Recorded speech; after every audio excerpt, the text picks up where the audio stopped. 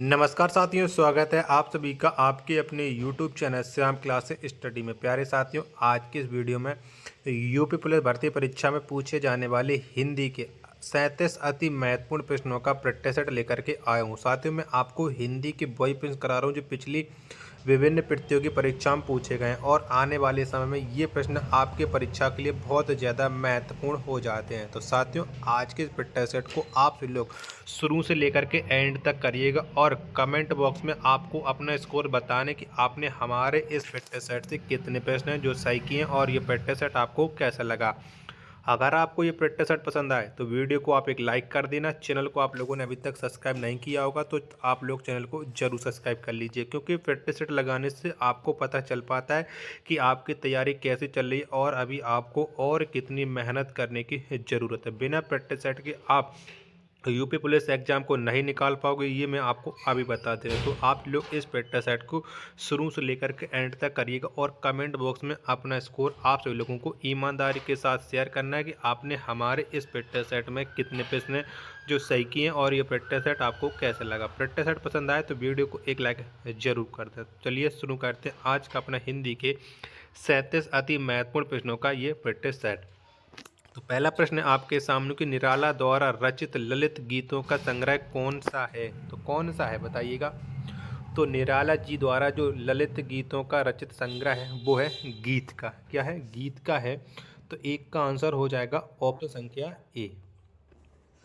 चलिएगा, प्रश्न संख्या 2 है अब आपके सामने कि बाहें का सामान्य बहुवचन है। तो क्या हो जाएगा? बाहें का सामान्य बहुवचन ये आपको बताना है। तो इसका जो सामान्य बहुवचन होता है वो बाहें होता है। क्या होता है? बाहें।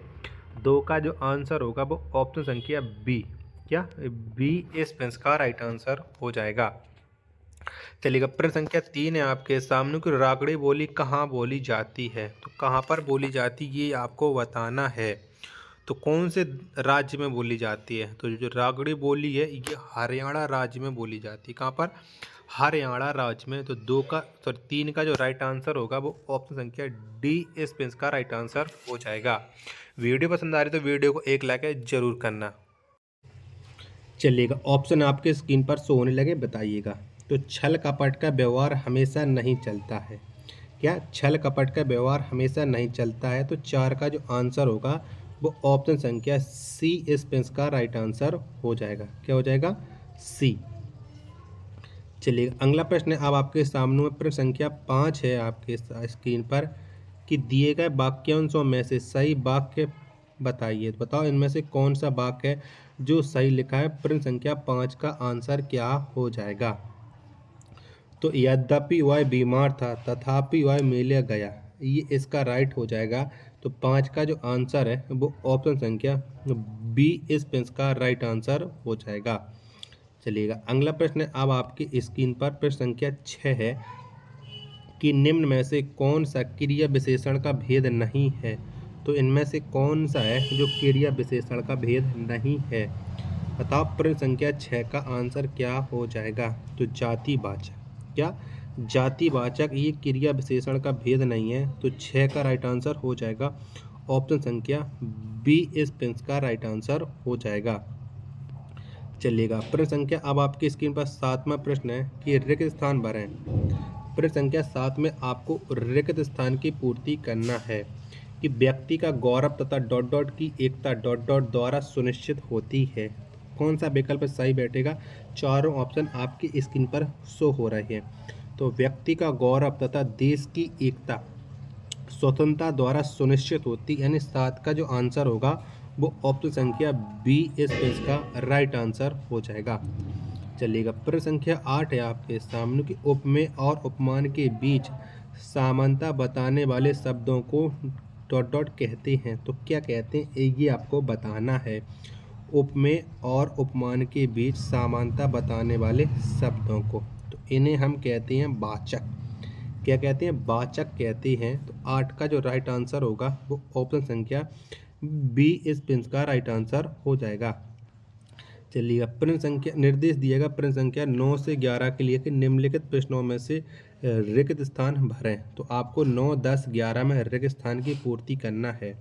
चलिएगा, प्रश्न संख्या 9 आ चुका है आपकी स्क्रीन पर के कि शरीर की सुंदरता डॉट डॉट होती है, उसका चेहरा और चेहरे की सुंदरता डॉट डॉट होती है, उसकी आँखें। तो कौन सा विकल्प है जो सही अर्थ बताएगा, ये आपको बताना है। तो शरीर की सुंदरता क्या हो जाएगा, तो शरीर की सुंदरता होती है, उसका चेहरे और चेहरे की सुंदरता होती है, क्या होती है। तो जो नो है और इसका जो राइट आंसर होगा वो ऑप्शन संख्या सी हो जाएगा, क्या सी हो जाएगा। ऑप्शन संख्या सी इस प्रश्न का राइट आंसर हो जाएगा। चलिएगा अगला प्रश्न, प्रश्न संख्या 10 है आपके सामने कि भारत विश्व की उन प्रथम सभ्यताओं में से है जहां सिक्कों का डॉट डॉट शुरू हुआ है। तो क्या हो जाएगा, ये आपको बताना है प्रश्न संख्या 10 का आंसर। तो जहां सिक्कों का क्या होता है, सिक्कों का प्रचलन होता है। तो 10 का जो राइट आंसर होगा वो ऑप्शन संख्या डी इस प्रश्न का राइट आंसर हो जाएगा। चलिएगा प्रश्न संख्या 11 है आपके सामने कि जिन वर्णों का उच्चारण स्वतंत्र होता है उन्हें डॉट डॉट कहते हैं। तो उन्हें हम क्या कहते हैं, ये आपको बताना है। तो जिन वर्णों का उच्चारण स्वतंत्र होता है उन्हें हम स्वर कहते हैं, क्या कहते हैं, स्वर कहते हैं। तो 11 का जो आंसर होगा वो ऑप्शन संख्या डी इस प्रश्न का राइट आंसर हो जाएगा। चलिएगा प्रश्न संख्या 12 आ गया आपकी स्क्रीन पर कि हरिवंश राय बच्चन ने अपने इंग्लैंड प्रवास काल में कौन सा गीत संग्रह लिखा। तो कौन सा गीत संग्रह लिखा था, ये आपको बताना है। तो इन्होंने जो लिखा था वो लिखा था प्रणय पत्रिका, क्या प्रणय पत्रिका। तो 12 का जो आंसर होगा वो ऑप्शन संख्या ए इस प्रश्न का राइट आंसर हो जाएगा। तो साथियों अगर आपको ये प्रैक्टिस सेट पसंद आ रहा है तो प्लीज़ वीडियो को आप लोग एक लाइक ज़रूर करना। चैनल को आप लोगों ने अभी तक सब्सक्राइब नहीं किया होगा तो चैनल को आप लोग ज़रूर सब्सक्राइब कर लीजिएगा। तो प्रश्न संख्या 13 है आपके सामने कि क्रिया के जिस रूप से वर्तमान में क्रिया के संदेह का बोध हो वहाँ डॉट डॉट काल होता है। तो वहाँ पर कौन सा काल होता है, ये आपको बताना है। तो क्रिया के जिस रूप से वर्तमान में क्रिया के संदेह का बोध होता है वहाँ पर होता है संदिग्ध वर्तमान काल, क्या संदिग्ध वर्तमान। यानी 13 का जो आंसर होगा वो ऑप्शन संख्या सी इस प्रश्न का राइट आंसर हो जाएगा। चलिएगा प्रश्न संख्या 14 है आपके सामने कि विशेषणों में तुलना के आधार पर कितनी अवस्थाएं होती हैं। तो कितनी होती हैं बताओ, प्रश्न संख्या 14 का राइट आंसर। तो विशेषणों में तुलना के आधार पर 3 अवस्थाएं होती हैं, कितनी होती हैं, 3 होती हैं। तो 14 का जो राइट आंसर होगा वो ऑप्शन संख्या ए इस प्रश्न का राइट आंसर हो जाएगा। चलिएगा प्रश्न संख्या 15 है आपके सामने कि हानि का विलोम है। तो हानि का विलोम शब्द क्या हो जाएगा, ये आपको बताना है। तो इसका तो सभी लोगों को पता ही होगा क्योंकि ये बहुत इजी प्रश्न है। तो हानि का विलोम शब्द होता है लाभ। तो 15 का आंसर ऑप्शन संख्या ए इस प्रश्न का राइट आंसर हो जाएगा। चलिएगा प्रश्न संख्या अब आपके सामने 16 है कि घर की आय का हिसाब माँ ही रखती है, आय का विलोम है। तो आय का विलोम शब्द क्या हो जाएगा, ये आपको बताना है। तो आप लोग जानते हैं कि जो आय का विलोम शब्द होता है वो होता है व्यय, क्या होता है, व्यय होता है। तो 16 का जो आंसर होगा वो ऑप्शन संख्या सी इस प्रश्न का राइट आंसर हो जाएगा। चलिएगा अगला प्रश्न अब आपकी स्क्रीन पर प्रश्न संख्या 17 है कि इनमें से हाथी का समानार्थी शब्द कौन सा नहीं है। तो इनमें से कौन सा है जो हाथी का समानार्थी नहीं है, बताओ प्रश्न संख्या 17 का राइट आंसर कौन सा हो जाएगा। तो हस्त, क्या हस्त ये हाथी का समानार्थी शब्द नहीं है। 17 का आंसर ऑप्शन संख्या ए इस प्रश्न का राइट आंसर हो जाएगा। चलिएगा प्रश्न संख्या 18 है आपके सामने कि इनमें से तुरंग किसका समानार्थी शब्द है। तो तुरंग किसका समानार्थी होता है, बताओ प्रश्न संख्या 18 का आंसर क्या हो जाएगा। तो तुरंग, तुरंग ये घोड़ा का समानार्थी शब्द होता है। तो 18 का आंसर है ऑप्शन संख्या बी इस प्रश्न का राइट आंसर हो जाएगा। चलिएगा अगला प्रश्न आ चुका है आपकी स्क्रीन पर कि प्रश्न संख्या 22 है कि समितियां शब्द का बहुवचन डॉट डॉट है। तो कौन सा हो जाएगा समितियों का बहुवचन, ये आपको बताना है। तो समितियों का जो बहुवचन होता है वो समतियां होता है। कौन सा होता है, समतियां, जो ऑप्शन संख्या बी में है। किसमें, बी इस प्रश्न का राइट आंसर हो जाएगा 22 का ऑप्शन संख्या बी। चलिएगा प्रश्न संख्या 23 है आपके सामने डॉट डॉट मैथिली शरण के मैथिली के सुप्रसिद्ध कवि हैं? तो बताओ इनमें से कौन है मैथिली भाषा के सुप्रसिद्ध कवि? प्रश्न संख्या 23 का आंसर क्या हो जाएगा? तो विद्यापति। कौन? विद्यापति ये मैथिली के सुप्रसिद्ध कवि हैं। तो 23 का जो राइट आंसर होगा वो ऑप्शन संख्या डी इसका राइट आंसर हो जाएगा। चलिएगा अगला प्रश्न है अब आपके सामने। प्रश्न संख्या 24 है कि रिक्त स्थान भरें। विश्व में डॉट डॉट 5 व्यक्तियों में से 4 व्यक्ति विकास डॉट डॉट देश में रहते हैं। तो क्या हो जाएगा ये आपको बताना है। प्रश्न संख्या 24 का राइट आंसर। तो विश्व में प्रत्येक, तो प्रत्येक पहले मिल गया तो अब किस में राइट आंसर हो जाएगा? तो ये हो जाएगा सी वाला भर जाएगा कि विश्व में प्रत्येक 5 व्यक्तियों में से 4 व्यक्ति विकासशील देश में रहते हैं। तो प्रश्न संख्या जो 24 है इसका जो राइट आंसर होगा वो ऑप्शन संख्या सी इस का राइट आंसर हो जाएगा। चलिएगा प्रश्न संख्या आपके सामने है। प्रश्न संख्या 25 है कि निम्न में से कौन सा शब्द बिल्ली शब्द का पुल्लिंग है? तो बिल्ली का पुल्लिंग कौन सा होता है ये आपको बताना है। बताओ 25 का राइट आंसर क्या हो जाएगा? तो बिल्ली शब्द का जो पुल्लिंग होता है वो बिलाव होता है। क्या होता है? बिलाव। 25 का आंसर ऑप्शन संख्या बी इस का राइट आंसर हो जाएगा। चलिएगा प्रश्न संख्या 26 है आपके सामने कि दिए गए वाक्यों में से सही वाक्य बताइए। तो प्रश्न संख्या 26 में कौन सा वाक्य है जो सही है ये आपको बताना है। चारों ऑप्शन आपके स्क्रीन पर हैं, बताइएगा। तो उसका अंग अंग काटा गया ये सही वाक्य है। तो 26 का जो आंसर होगा वो ऑप्शन संख्या डी इस का राइट आंसर हो जाएगा। चलिएगा प्रश्न संख्या अब आपके सामने 27 है कि दिए गए वाक्यों में से सही वाक्य बताइए। तो बताओ इनमें से कौन सा वाक्य है जो सही हो जाएगा? तो हरीश सज्जन व्यक्ति। क्या? हरीश ये सज्जन व्यक्ति, तो यही हो जाएगा इसका राइट आंसर। प्रश्न संख्या 27 का ऑप्शन संख्या ए इस का राइट आंसर हो जाएगा। चलिएगा प्रश्न संख्या 28 है आपके सामने कि इनमें से जल का समानार्थी शब्द कौन सा नहीं है? तो बताओ कौन सा नहीं है जल का समानार्थी शब्द? तो नल। क्या? नल नहीं है जल का समानार्थी शब्द। तो 28 का जो राइट आंसर होगा वो ऑप्शन संख्या सी इस का राइट आंसर हो जाएगा। चलिएगा प्रश्न संख्या 29 है आपके सामने कि जब से आंख लगी तब से न आंख लगी, इसमें कौन से अलंकार का प्रयोग हुआ है? यानी आपको प्रश्न संख्या 29 में कौन सा अलंकार है ये आपको बताना है। तो कौन सा है? तो इसमें है विरोधाभास अलंकार। क्या है? विरोधाभास अलंकार। तो 29 का जो राइट आंसर होगा वो ऑप्शन संख्या बी इस का राइट आंसर हो जाएगा। चलिएगा प्रश्न संख्या आपके सामने है 30। क्या है? प्रश्न संख्या 30 है कि किन शब्दों में वचन की पहचान नहीं होती है? बताओ किस में जो है जो वचन की पहचान नहीं होती है। प्रश्न संख्या 30 का राइट आंसर क्या हो जाएगा? तो क्रिया विशेषण शब्दों में वचन की पहचान नहीं होती है। 30 का जो आंसर होगा वो ऑप्शन संख्या बी इस का राइट आंसर हो जाएगा।